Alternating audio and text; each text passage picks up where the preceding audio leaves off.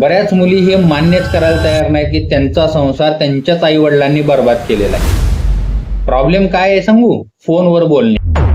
आता जे लोक असं म्हणतात की लग्नानंतर मुलींनी आई वडिलांशी जास्त फोनवर बोलू नये, मी विरोधात आहे त्यांच्या. बोला, रोज फोनवर बोला, रोज सकाळ दुपार संध्याकाळ फोनवर गप्पा मारा, नो प्रॉब्लेम, काहीच प्रॉब्लेम नाही. अडचण येते कुठं? ज्या वेळेला तुम्हाला ती बारीक रेष दिसत नाही, काळजी आणि कंट्रोल ह्या दोन्ही मधली. काय होतं? तुम्ही मुलीला म्हणता की तो असं का बोलला, तू त्याला असं उत्तर दे, असं अजिबात नाही चालणार, आमची मुलगी आम्हाला जड झालेली नाही, ये तू माहेरी निघून.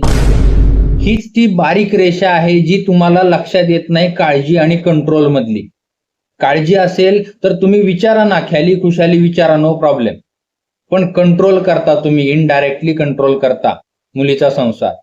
आणि ज्या गोष्टी इतक्या छोट्या होत्या, ज्या गोष्टीचा काही फरक पडणार नव्हता, डे टू डे रुटीन मधल्या होत्या, त्या गोष्टी तुम्ही खतपाणी घालून इतक्या मोठ्या केल्यात की तुमच्याच मुलीचा संसार आज धोक्यात आलेला आहे.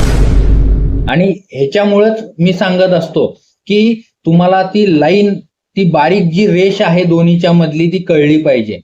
तुमच्या मुलीचा संसार आहे ना, तो तुमचं घर नाहीये, ते तुमच्या मुलीचं घर आहे.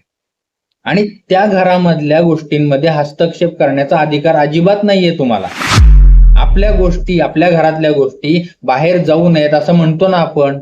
मग तुम्ही तुमच्या मुलीच्या घरातल्या गोष्टी स्वतः चव्हाट्यावर आणताय, स्वतःहून. त्यांचा संसार आहे ना, त्यांना सांभाळू देत ना.